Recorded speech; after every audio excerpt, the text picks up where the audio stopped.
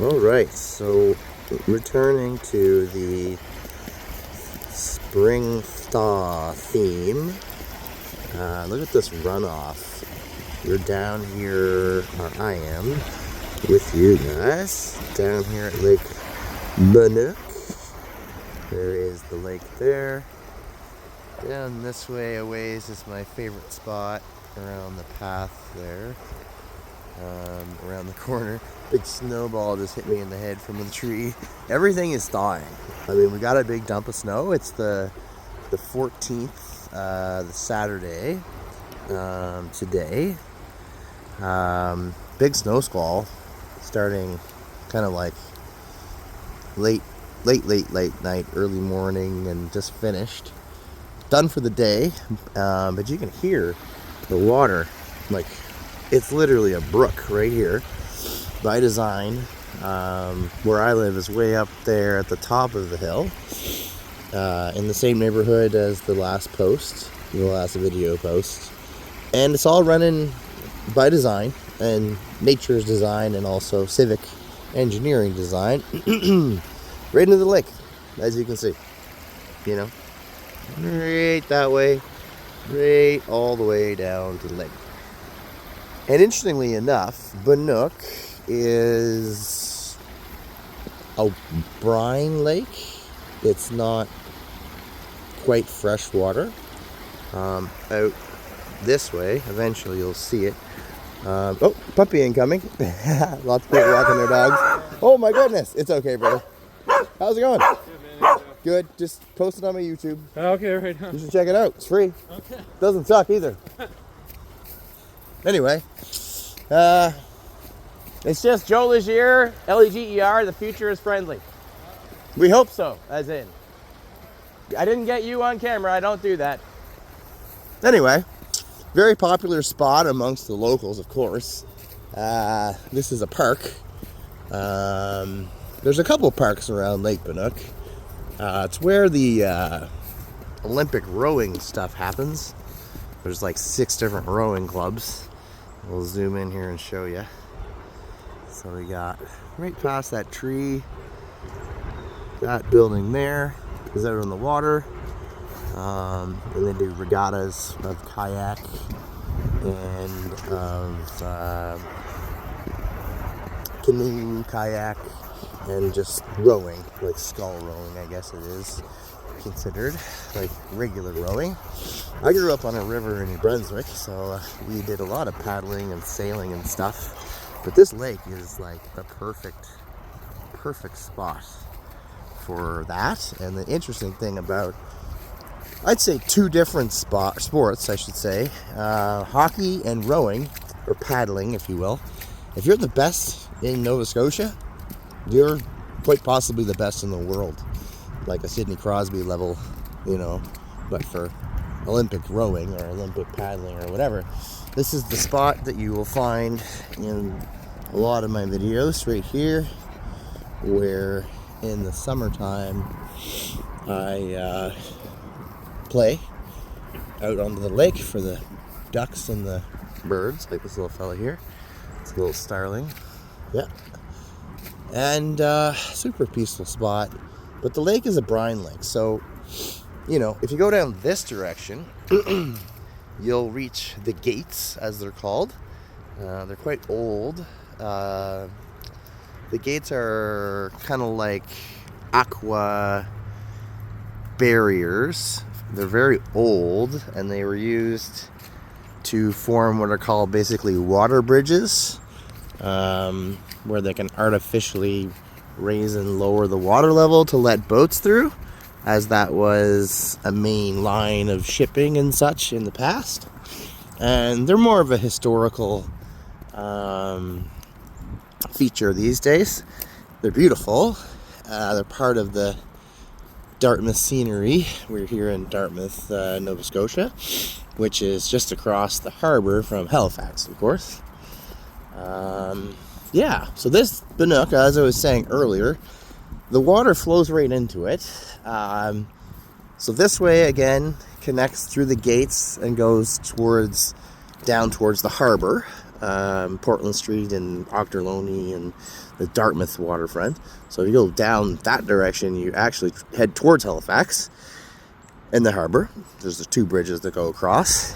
And this direction heads out. They're all connected. Dartmouth is known as the city of lakes. There's a lot of lakes. It's about probably 10 plus times the size of Halifax. Halifax proper, the city is really small.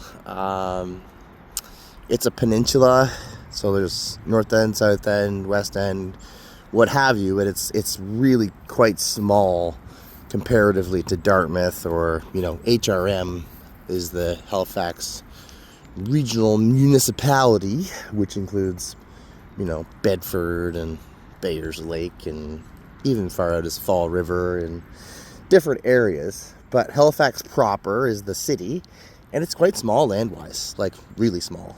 And Dartmouth is huge and has a lot of lakes.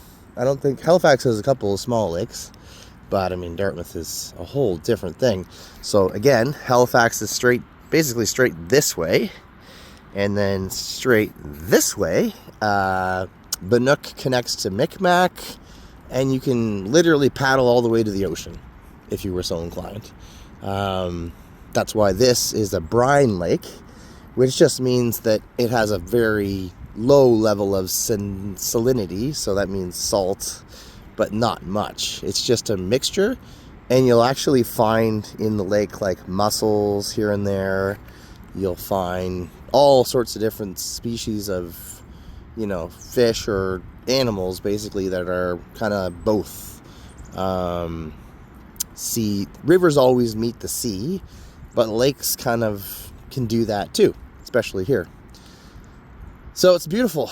Yeah, Lake Micmac, and then eventually if you kind of go this way, you will eventually get to the ocean that way, and if you go this way, you'll get to the Halifax Harbor, and then that way, ocean. So the Atlantic Ocean's kind of like that way, but it kind of all connects around. Now, even this tree is interesting here. You'll see some leaves still stuck to the tree, which is crazy interesting because fall was a very long time ago, right? But down here is extremely sheltered from the wind, which is why they love it for paddling, because wind and waves and such make for, you know, difficult conditions for rowing or paddling or what have you, and, you know, you definitely don't want that for, you know, time trials or consistency, that sort of thing. So this is it. This is where all the big rowing competitions happen. They kind of start down here. Well, start is the wrong word. They finish down this way, and they start depending on, you know, whether it's 1,000 meters or 5,000 meters and whatnot in the summer or spring, fall kind of thing. During the rowing season, they have marked lanes and buoys and stuff. And over this way, pointing again, I'm zoomed in, sorry guys, pointing over, wait for it, I was way zoomed in, sorry guys, there we go, better. So this way, that big building there, but more like if you look in the distance and see that blue building there, a lot of the races finish right there. And it's cool, like, they happen all summer long, and like I said, best of the world, you know, a lot of times is from Canada, and if it's from Canada, mostly it's from here. So you get a lot of Olympic level competition. Same to be said for hockey. Now, I played basketball growing up, and I love it still, but the chances of me making the NBA at 5'10" as a white dude from Nova Scotia, pretty low, and I got hurt to a point where I had to stop for a time, and then I dealt with a lot of other challenges and got away from basketball. But I do coach now, and I do, you know, my nephew is in basketball, and I like to be involved, and I still play, but, you know, I can only think of a couple. I mean, Shea Gildress-Alexander for certain is from Toronto, and then Steve Nash for a white guy. 2-time MVP. Now he's 6'3", probably-ish. You know, those stats are a little misleading as to his actual height, but he was amazing. He played point guard, so did I. It's not impossible that I could have played like very high level ball, but my path was different, and that's okay. So anyway, wouldn't want to be walking out on this stuff. Fall right in. You can see the water as it comes down the hill. It's all a big hill. The rundown of the melt of, the newly fallen snow, and the ice, giant icebergs are, from the plows and such, melting. It all melts down this way and enters the lake as fresh water. But the salinity of the ocean is around still. And it's not cold out today at all. It might freeze overnight, which would be icy AF for sure. But I mean, the process of thawing and freezing is spring. It's a time of renewal, and it's a transfer of energy basically. And the interesting thing about the snowbanks is that convection currents typically are ocean bound, created over the ocean through the evaporation of water from the sun and condensation, and then it's a circular kind of thing, mechanism, and that happens always over the ocean. But when you get this kind of action over land, it kind of happens over land as the snow banks and stuff like that, and the snow in general thaws and melts and sometimes freezes over again and continues to do so, and that is part of the process for sure, of spring. Still spring. It's gonna snow. I said that last time. Most definitely. Anyway, it's getting long, this video, so I'll just leave her there. But I wanted to make a post, and again, regarding my last post, it was a short. It's a little misleading. I didn't mean it to be, but basically it said, congratulations to Nova Scotia for getting their rights back in regards to Houston and the Conservatives here. But it was part of a larger comment about Mark Carney's leadership, and I always try to reserve my judgment, as in being like maybe not. But I got to tell you, we got a leader, and we need one. And I voted Conservative out of spite in a way last election, but I've been a Liberal my whole life pretty much. That's my party of choice, and we just had a bad leader. Sorry, Trudeau. Sorry, not fucking sorry, actually. Carney's good. He's real good. And, his middle powers theory. Let me spin this around here. His middle powers theory and the way that he's uniting them being like Australia, certainly, but also the Commonwealth countries, which technically India is one. Certainly Great Britain, the middle powers of the world. India is more of a superpower, closer to that side of things, definitely. As far as population, they're bigger than China, but I mean, they were a colonial expansion of the British Empire, so culturally that matters. And we have definitely as a country invested and reinvested and have a tight relationship with India. There's no doubt about that, and I don't have a problem with it. My only problem was with Trudeau doing it too quickly, too fast, and that kind of growth is not healthy. Any system, if you change stuff that quickly, it's gonna mess up everything, and it has. But Carney did say, I just got here, and in a lot of ways that's true. He was sort of advising, kind of, but I don't, we should not hold that against him, because he wasn't decision making, and now he is. Polyev is fine. I don't dislike him so much, but there's not a whole lot of, from my perspective at least, a whole lot of substance to his words, and he's not as well respected by even close of a measure. Carney's got it going on. right now. And Canada is a world leader. We always have been. We're very well respected, and it's not just him. That's what I'm trying to say. But we need a leader that people gravitate towards, and countries can respect. And he commands that. Oxford educated, I believe, or Cambridge. I mean, he has the right attitude. He's got a good sense of humor, and people are drawn to him.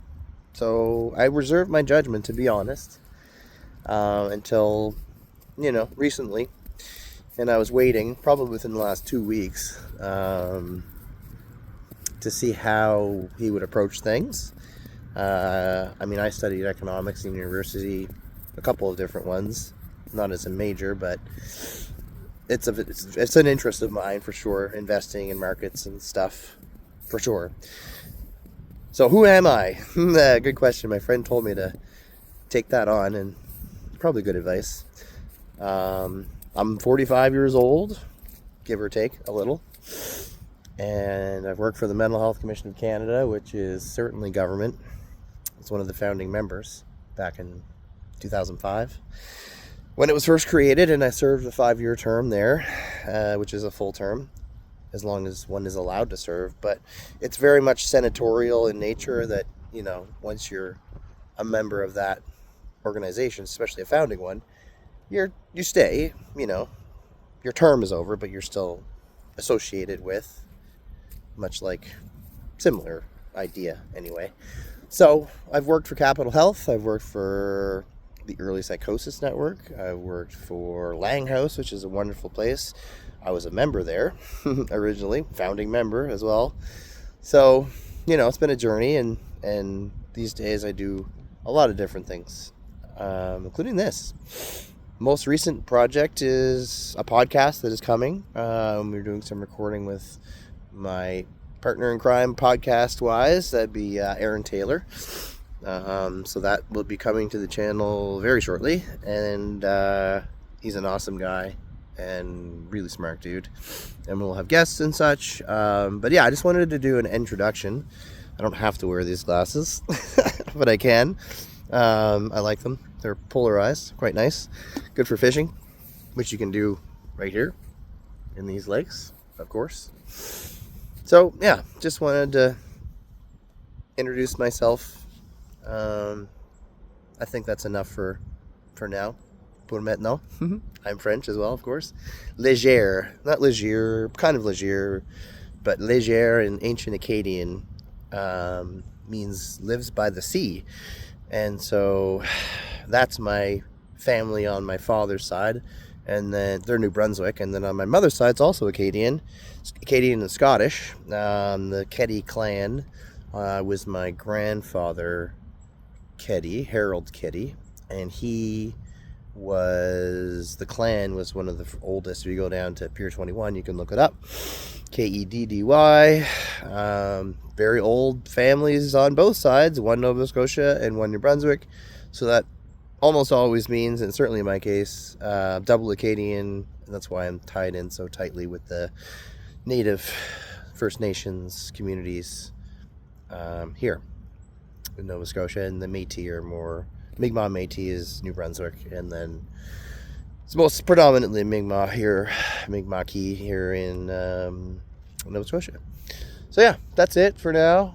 It's getting long. This is a 20-minute video, but hey, that's okay. The fog is interesting too. The haze, which fog is basically just low-lying cloud, essentially, that hugs the ground, and it often gets trapped over water, but it often gets trapped over land too. Every morning we'll hear the foghorns and the sea fog of the boats going by, and just try not to ram into each other. But it's warm, man. To end the video, I'm going to zoom in on this Canadian flag. Seems apropos. And part of the future being friendly is not, well, I shouldn't say not, it is actually trusting that we're not a stupid country, And if we have a bad leader, then we will recover. And, Trudeau's father, Pierre, was an amazing leader. His mother is a bipolar person who I've met. But Trudeau, I wouldn't say he's a bad guy. He made some questionable decisions, and I wasn't sure whether to trust the Liberal Party or whether to not trust him or which, But at the end of the day, we need a leader. And we found one, I think, and I'm going to trust him. I trust my intuition very strongly, and I also trust my eyes and my ears and the way that other people in other countries respect him and us as a country, Real leaders bring people together. Real leaders are collaborative and not divisive. And they don't, Carney will say, he has said recently, it's not so much about party lines, it's about Canada. And that's goddamn right. Too many people get tied up in who is which party and whatnot. He's more centrist than anything as an economist and a banking person. But all the stuff with Davos and the World Economic Forum, his eyes are wide open and he has the connections, right? Which are important, for sure. But mostly he's got the respect of other nations. And it's not just him. I mean, they respect our country for lots of reasons. As in, Korean War, we were there. World War II, we were there. World War I, we were there. Afghanistan, we were there. People remember that kind of thing. They do. Countries, that is. Canada's always been a major player in a collaborative way. We're not imperial at all. But if we need to fight to protect liberty and to protect countries and to stop evil, I guess, we do. And I tell you, that's the biggest form of respect that anything can give. So, that's it for the record. That little short that got all those video views was a little misleading. Wasn't even intentional, but certainly the rally here in Nova Scotia and Halifax just last week was big. And Houston reacted immediately. He's not stupid either. And I actually don't dislike him. So, he took back everything that he cut right away. Message received loud and clear. And he also stopped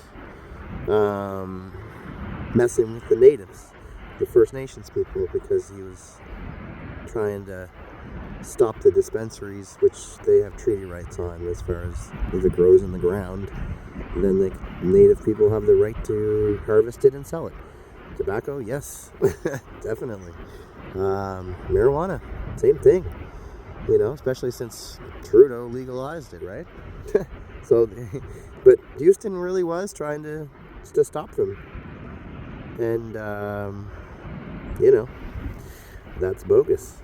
And we spoke up loud and clear, and he reversed all of the budget cuts, I think, most of them, to the arts, to social programs, because, that's unacceptable, right? Because, Trudeau government, the Liberal government under Trudeau, gave away hundreds of billions of our tax dollars to different places.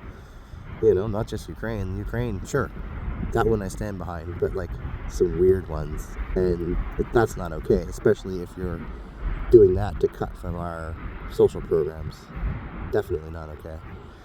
All right, so I'll leave her there because 25 minutes is pretty darn long, but here we go. Go Canada, our home and native land, true patriot love, and all our sons and daughters command. All right, guys. See you next time. Bye-bye.